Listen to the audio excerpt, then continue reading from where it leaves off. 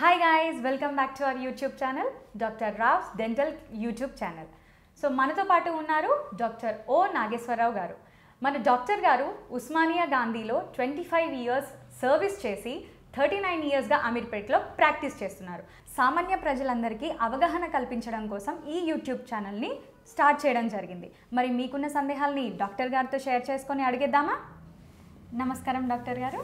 నమస్తే డాక్టర్ గారు, ఈ జనరేషన్లో చూసుకుంటే అబ్బాయిలకి అమ్మాయిలకి తేడా లేకుండా అందం గురించి చాలా ఆలోచనలు వస్తున్నాయి. మరి ఆ ఆలోచనలు అనేవి ఎప్పుడు వస్తాయి అనేది మీరు మా వ్యూవర్స్తో చెప్పేస్తారా? ఈ రోజుల్లో అబ్బాయిలు అమ్మాయిలు అందం గురించి చాలా ఆలోచించటం చేస్తూ ఉన్నారు.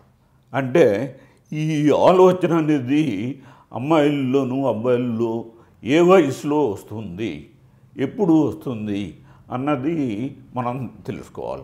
అంటే పళ్ళన్నీ వచ్చిన తర్వాత, పళ్ళు ఎప్పుడు వస్తాయి?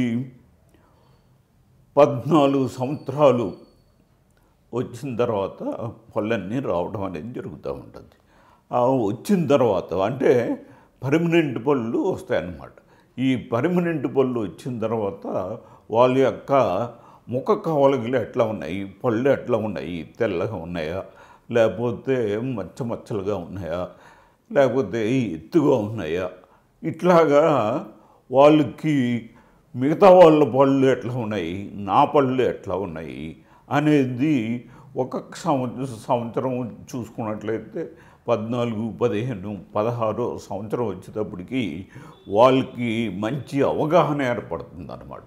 అప్పటి నుంచి వాళ్ళ పళ్ళని అద్దంలో చూసుకోవటం, బాగా తెల్లగా ఉండాలి అని మంచిగా తోముకోవటం ఇట్లా చేస్తూ ఉంటారు.